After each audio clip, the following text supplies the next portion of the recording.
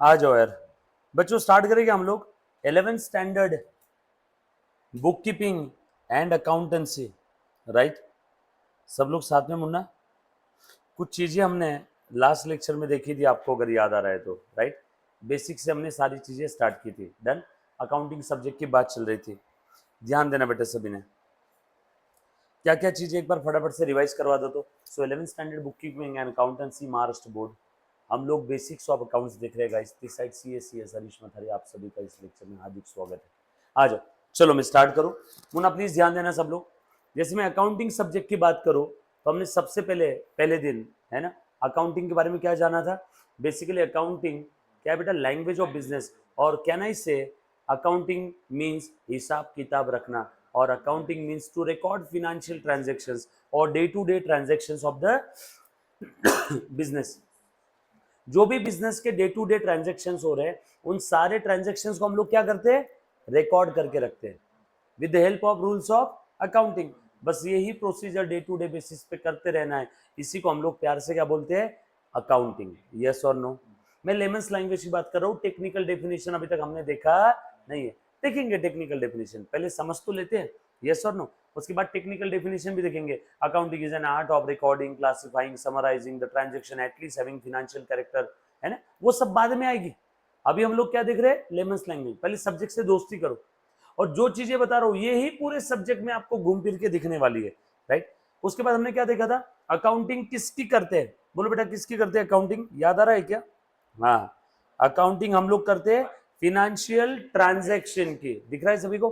Basically financial transaction यानी क्या, money और मनीज वर्थ में ऑन इधर साइड अगर कुछ एक्सचेंज हो रहा है, if there is an exchange inflow outflow, और इनफ्लो आउटफ्लो दोनों, ठीक है ना। If there is an exchange in money और मनीज वर्थ, इधर इनफ्लो और आउटफ्लो और इनफ्लो आउटफ्लो बोथ, इन तीनों में से कोई एक कंडीशन भी फुलफिल हो जाता है तो हम लोग उसे क्या बोलेंगे, फिनेंशियल ट्रांजैक्शन। और उस फिनेंशियल ट्रांजैक्शन को क्या करना है, रिकॉर्ड करना है। यस और नो। रिकॉर्ड कैसे करना है, with the help of rules of accounting. Rules अभी तक हमने स्टार्ट ही नहीं किया, जब करेंगे तब देखेंगे। उसके बाद क्यों करते हैं अकाउंटिंग, बताओ एनीबॉडी। वाई अकाउंटिंग, हाँ पहला रीजन फॉर डिसीजन मेकिंग। दूसरा, वेरी गुड। तीसरा, हाँ ट्राई करो मुन्ना, इनकम और एक्सपेंसेस जानने के लिए। चौथा, to know the future position और financial position of the business. पांचवा, very good, to know the amount receivable और अकाउंट रिसीवेबल, है ना, और अकाउंट पेएबल। हाँ, अमाउंट पेएबल, हाँ, टैक्स कैलकुलेशन। वेरी गुड, बिल्कुल सही जवाब। सो ऐसे सैकड़ों रीजंस है जिसकी वजह से हम लोग अकाउंटिंग करते हैं। यस और नो। सो ध्यान देना बेटे सभी ने, अकाउंटिंग कोई मेरे लिए हॉबी नहीं है, मेरे लिए अकाउंटिंग यानी मजबूरी है, मुझे करना जरूरी है।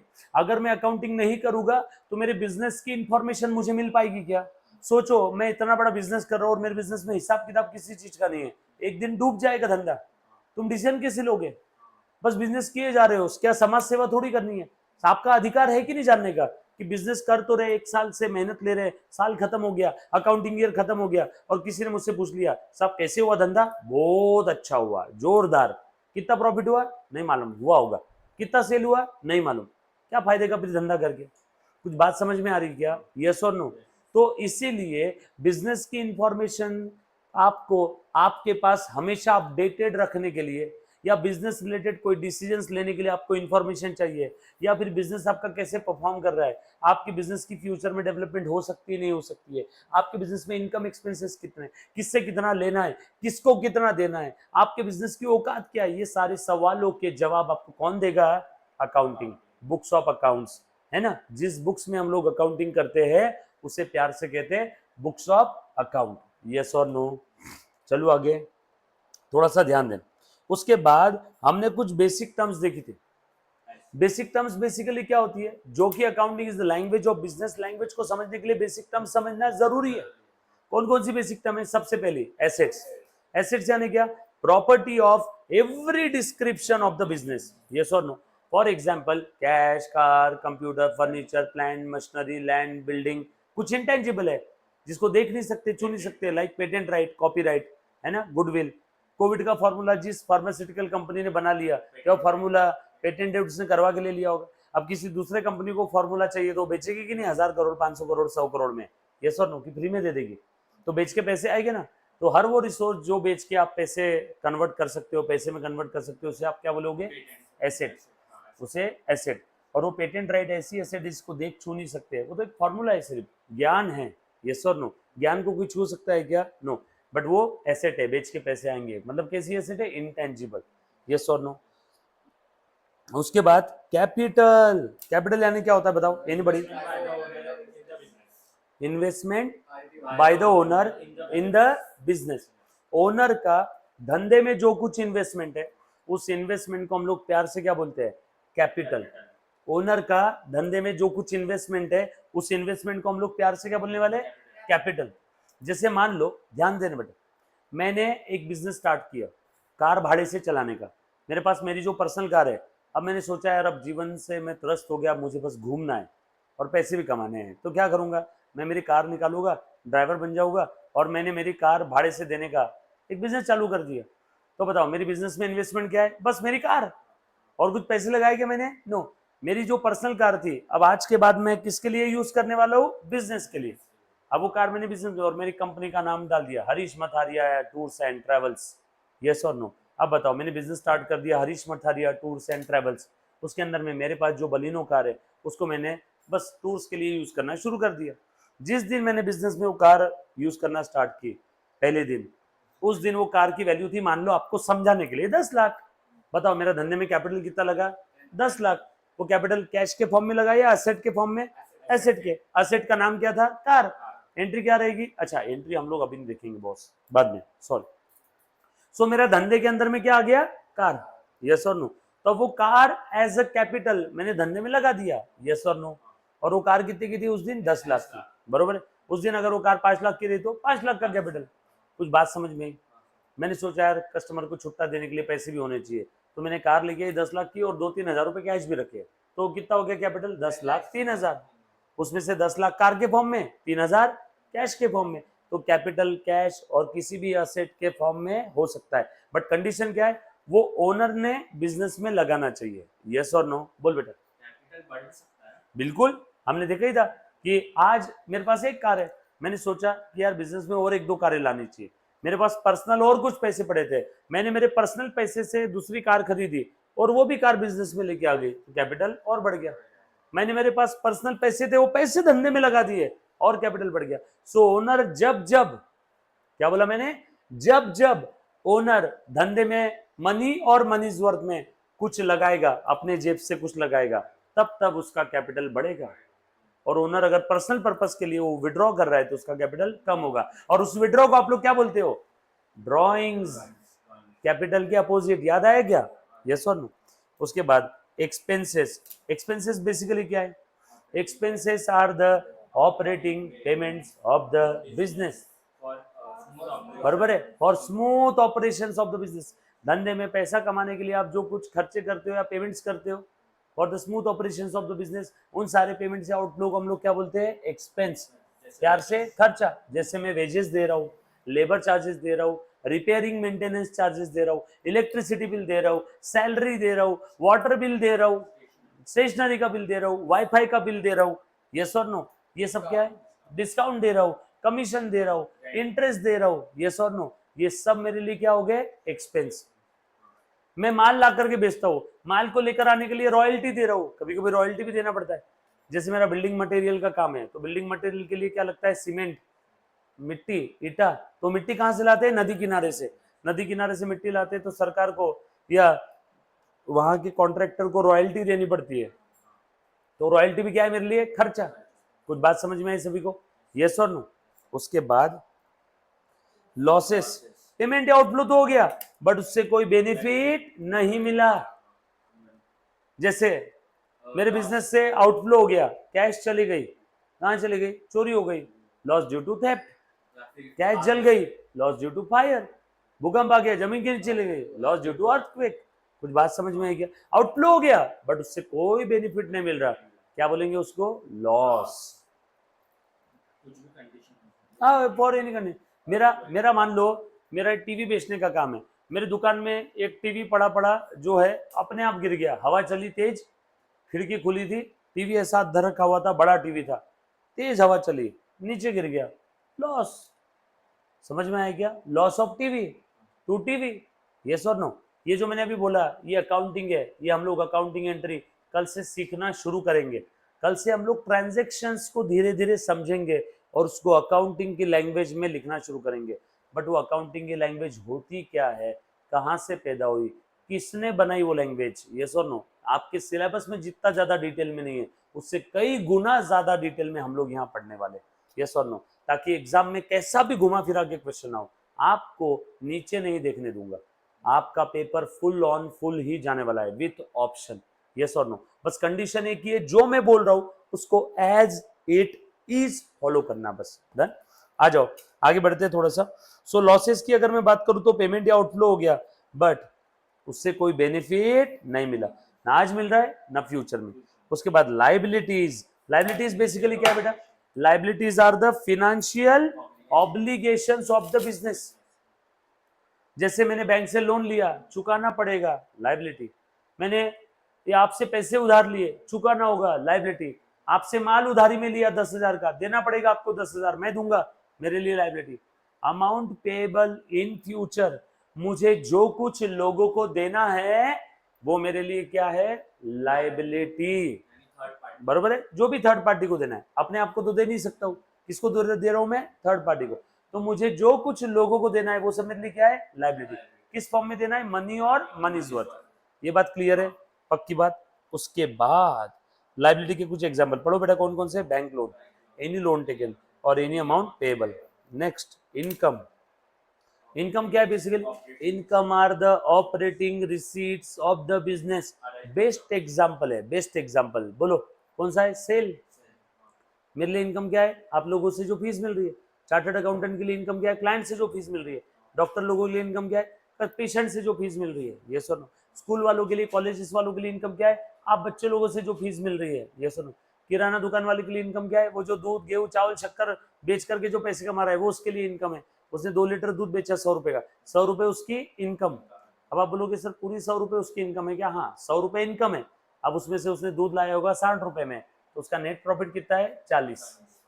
हम लोग देखेंगे नेट प्रॉफिट कैसे निकालना है, अभी मैं उसकी बात नहीं करूंगा। बरोबर है? इनकम क्या होता है समझ में आया सभी को? इनकम में से फिर हम लोग खर्चे माइनस करेंगे तो क्या बचेगा? प्रॉफिट, यस और नो? आ जाओ।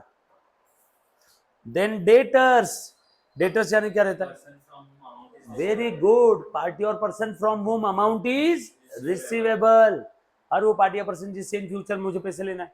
बाहुबली को मैंने उधारी माल बेचा, बाहुबली इज माई डेटर, है ना? कटप्पा को उधारी माल बेचा, Kattappa is my debtor. Pankaj को उधारी माल बेचा, Pankaj is my debtor. Rohit को मैंने पैसे उधार दिए, अब मुझे उससे पैसे वापस लेने पड़ेंगे ना। रोहित बोला कि सर मुझे 10,000 रुपए दो, 2 महीने बाद वापस देता हूँ। मैंने उसको 10,000 रुपए दे दिए और वो जा रहा था, मतलब रुक इधर, तेरे को 10,000 रुपए उधार दिए ना? बोले हाँ।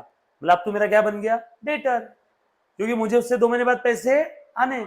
हर वो पार्टी या पर्सन जिससे इन फ्यूचर मनी और मनी जरूरत में कुछ लेना है, बरोबर है, वो पार्टी या पर्सन मेरी क्या बन जाती है? डेटर। और डेटर के अपोजिट क्या होते हैं? क्रेडिटर। जिन जिनको मुझे देना है वो सब मेरे क्या बन गए? क्रेडिटर, यस और नो? क्रेडिटर भी हो गए। Then gain, receipt without hard work, generally non operating and non recurring in nature. Gain बार बार होता है क्या? लॉटरी बार बार लगेगी? सट्टे में बार बार पैसा जीतोगे? मैच बार बार जीतोगे? यस और नो? बार बार प्रॉपर्टी के रेट बढ़ेंगे? जनरली इसमें हार्डवर्क करने की जरूरत नहीं है, लक बाय चांस जो होता है नॉन ऑपरेटिंग है। और नॉन रिकरिंग मतलब जो रिकर नहीं होता है, रिपीट नहीं होता है। रिकरिंग मीन जो रिपीट हो रहा है, non recurring non generally repeat नहीं होता है, कभी कभार, कभी कभार इनकम रिपीट होता है। किराना दुकान वाले को मालूम है कल भी दुकान खोलेगा, माल बिकेगा, परसों भी बिकेगा, नरसों भी बिकेगा, मालूम है रिपीट होने वाला है, यस और नो? Then drawings. हाँ बोलो बेटा, ड्रॉइंग्स यानी? Very good, personal purpose, house hold purpose, domestic purpose, जो कहना है कह लो, पर्सनल, हाउस होल्ड और डोमेस्टिक। सो ओनर जब कभी भी धंधे से मनी और मनी जरूरत में कुछ विड्रॉ कर रहा है तो उस विड्रॉल को हम लोग प्यार से क्या बोलते हैं गाइस? ड्रॉइंग्स। ये सारी टर्म्स आपने पढ़ ली क्या मुझे बताओ एक बार अब? Assets, drawings, debtors, expenses and losses, liabilities, capital, creditors, incomes and gains. ये सारी टर्म्स पढ़ी सभी ने? आ जाओ अब अच्छे से ध्यान से सुनना। मैं काम की चीज बता रहा हूं, देखो पहले तो मुझे बता दो, एसेट के 2-3 एग्जाम्पल दो बेटा। हाँ कार, हाँ फर्नीचर, हाँ plant and machinery, okay, building, furniture, land, building. आप मुझे एक्सपेंस के एग्जाम्पल दो 2-4। Expense,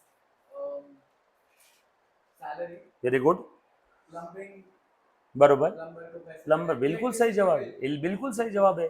plumbing charges, electricity bill, और सर्विसिंग कॉस्ट, वेरी गुड, बिल्कुल सही है। Servicing, repairs, maintenance, plumbing charges, electricity bill, wages, royalty दे रहा हूँ, ये सर नो, है ना, वाईफाई बिल दे रहा हूँ। और बताओ, हाँ आप मुझे एक काम करो, इनकम के 1-2 एग्जाम्पल बताओ।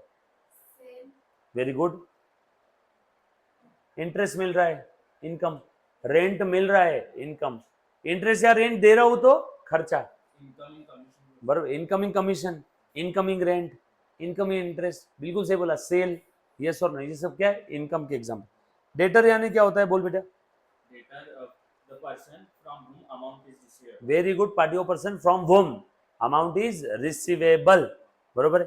Creditor, party of person the person to whom amount is payable, हम उससे देने वाले हैं, वो सब क्या हो गया मेरा, क्रेडिटर।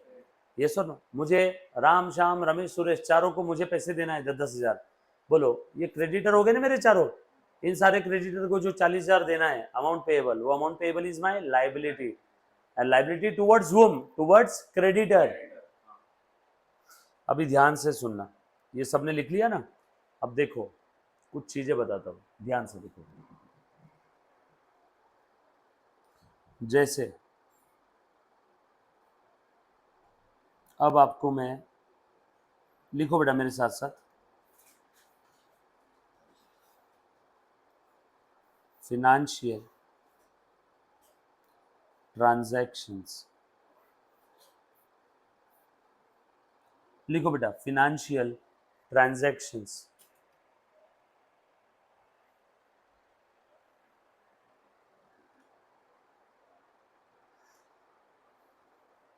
ध्यान से सुनना सभी ने,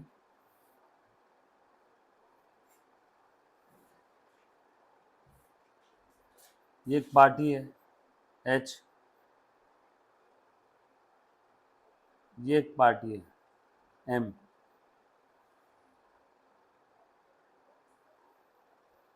एच ने एम को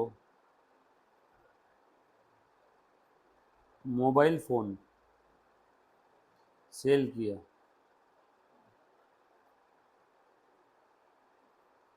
फॉर ₹10,000, और बदले में एम से मुझे क्या है,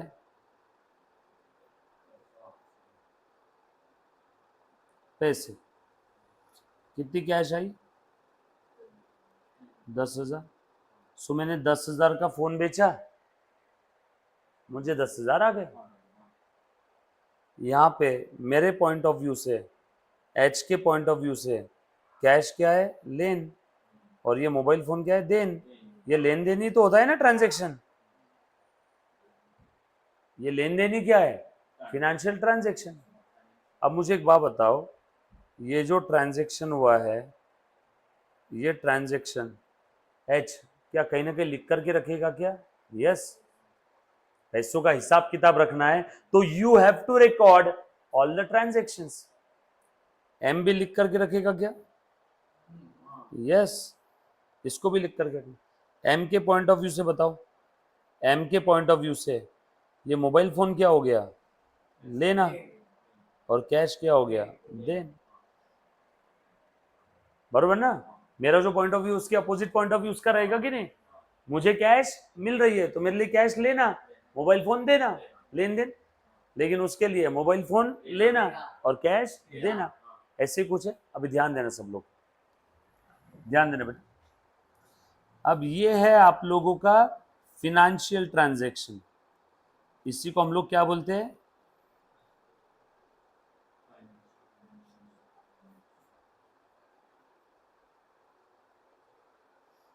और इस ट्रांजैक्शन को क्या करना है, need to be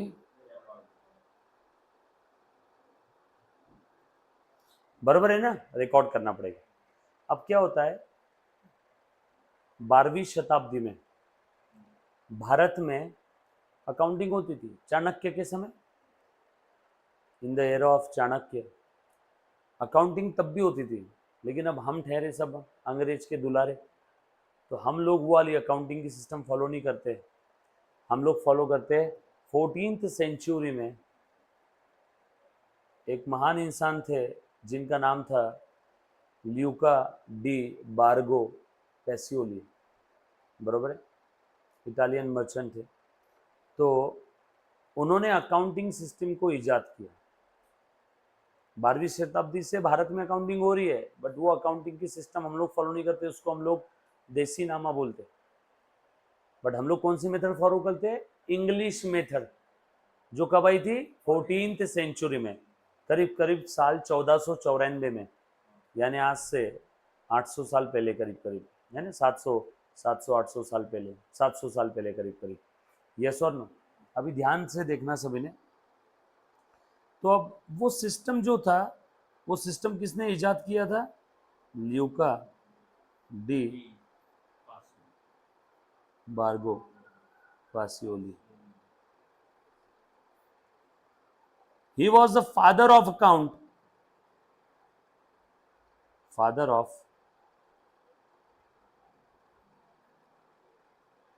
accounting system.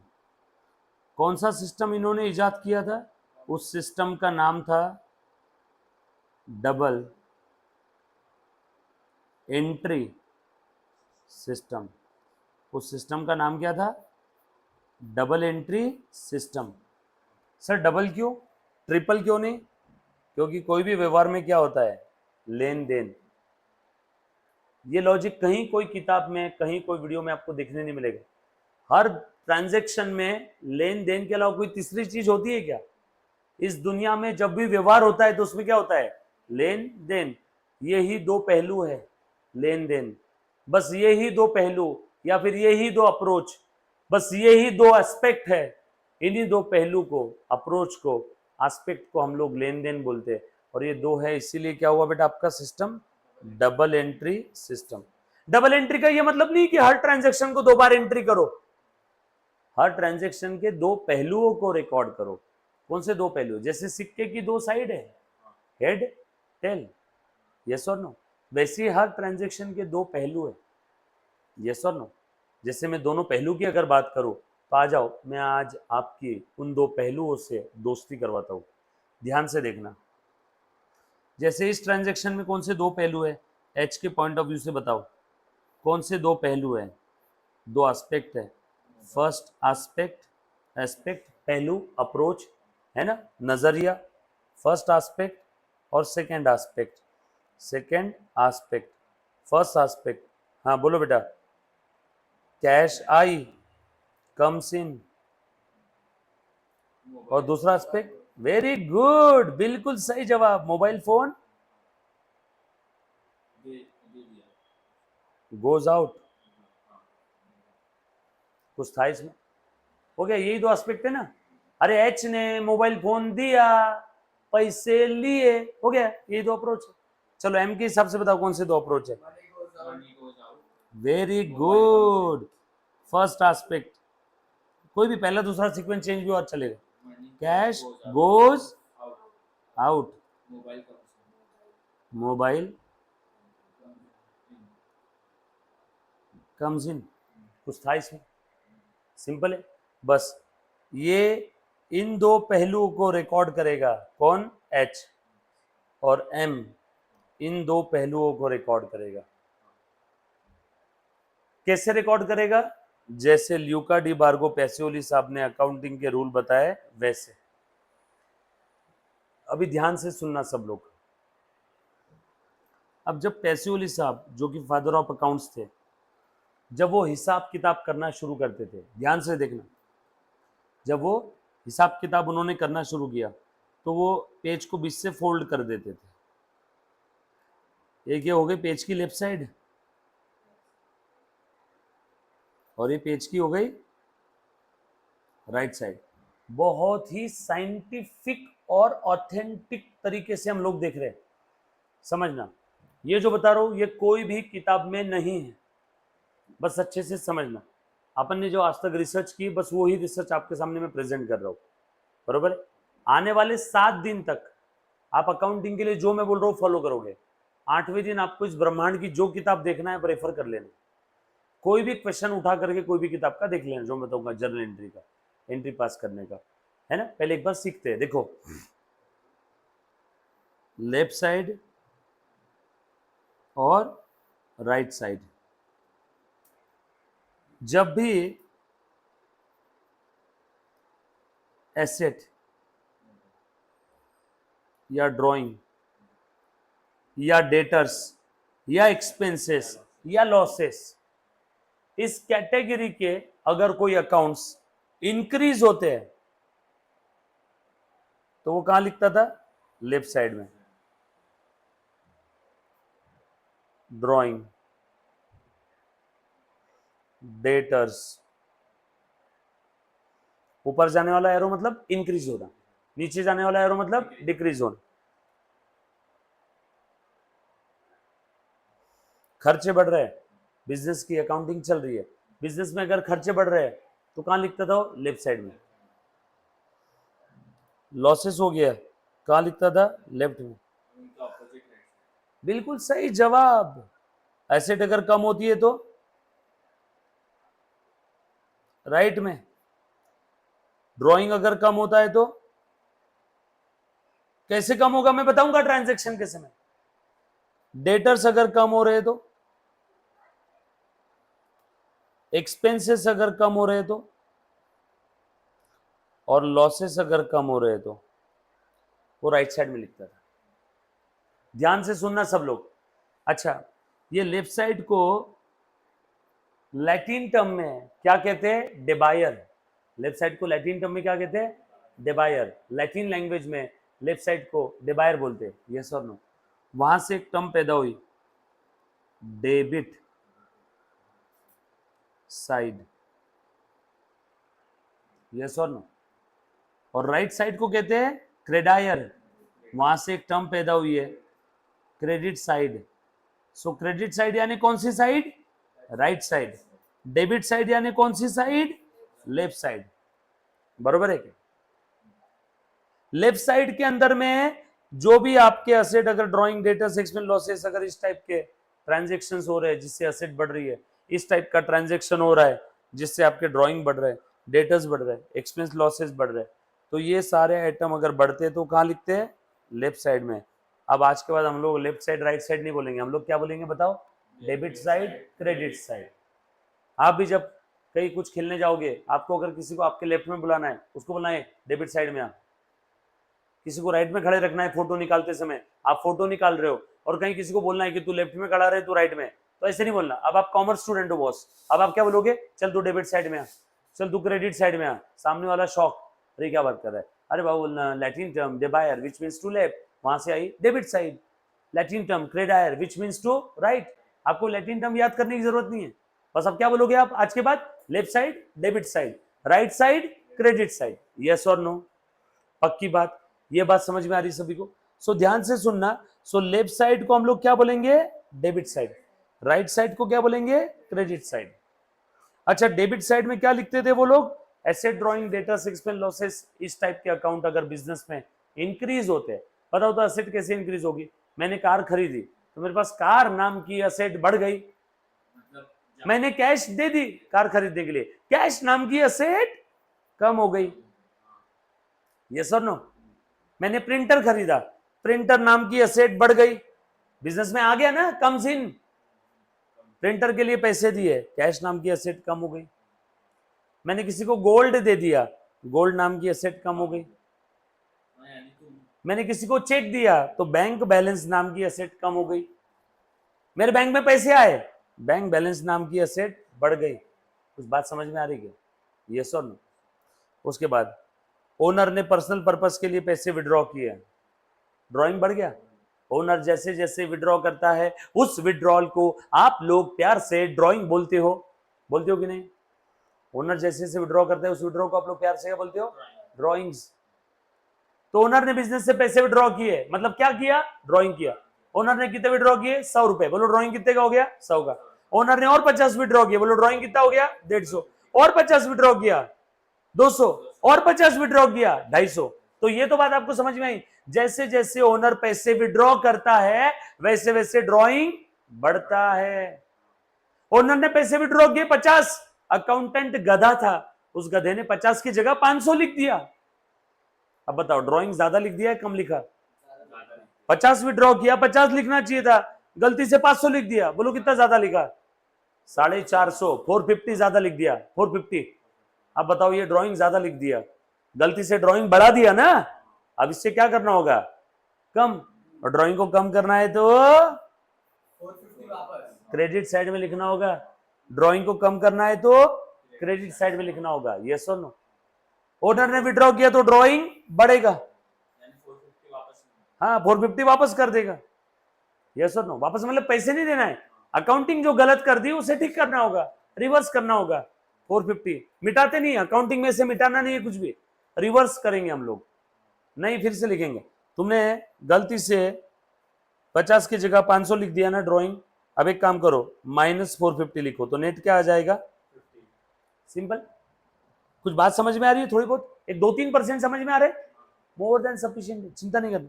उसके बाद अब देखो ध्यान से देखना बेटा, मैंने बाहुबली को उधारी में माल बेचा 1000 रुपए का, बोलो बाहुबली मेरा क्या बन गया, डेटर। डेटर बढ़ गए क्या, डेटर बढ़ गए ना। मैंने कटप्पा को 500 रुपए का माल उधारी में बेचा, बोलो वो भी क्या बन गया, डेटर। अब बोलो डेटर कितने हो गए, 1500। शिवगामी को 300 रुपए का माल उधारी में बेचा, अब बोलो डेटर कितने हो गए, 1800, 1800, बराबर है कि नहीं। तो जैसे जैसे मैं उधारी में माल बेचता हूं वैसे वैसे मेरे डेटर्स बढ़ते जाते हैं। ये बात समझ में आ रही है सभी को। मैंने बाहुबली को 1000 रुपए का माल उधारी में बेचा, 1000 रुपए से डेटर बढ़ गए। 8 दिन बाद बाहुबली आया, 1000 रुपए मेरे मुंह पे मार के गया, ये ले तेरे 1000 रुपए। अब बोलो बाहुबली से कितना लेना है, 0। 1000 से कितने पे आ गया, 0 पे।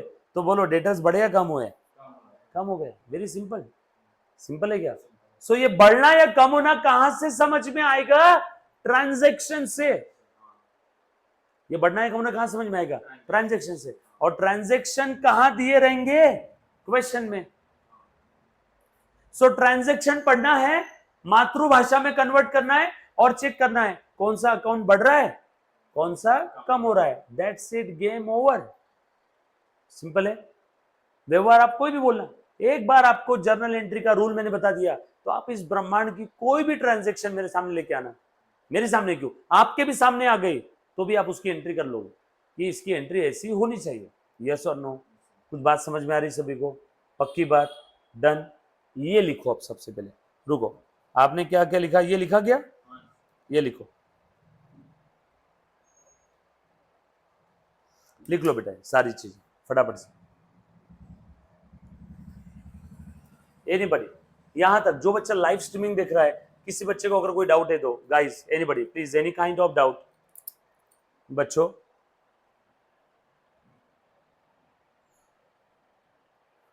इतनी चीजें लिखनी है सभी ने। आज के लिए मेरे छोटू से 2 शब्द यहीं समाप्त करता हूँ, इट्स 7:15, उसके बाद में अब हर्षा मैम का लेक्चर रहेगा। Thank you so much guys, love you all, take care, bye. और जो बच्चों का लिखना बाकी है फटाफट से लिख लो बेटा। और हाँ, डेली अपना लेक्चर का टाइमिंग सेम रहेगा 6:30, राइट, 11th स्टैंडर्ड कॉमर्स। जो भी आपके दोस्त या रिश्तेदार है उनको बोल दो कि लेक्चर स्टार्ट हो चुके हैं। और हाँ, बीच में कुछ दिनों का ब्रेक रहेगा to secure your college 11th college admission guys. तो बीच में कुछ दिनों का हॉलीडेज रहेगा तो उस समय एंजॉय कर लेना। उसके बाद फिर से यही इंसान तुम्हारी जिंदगी में शनि बन के आने वाला है। जब तक तुम्हारा 11th 12th कंप्लीट नहीं होता है तब तक मेरा साथ रहेगा बेटा। Thank you.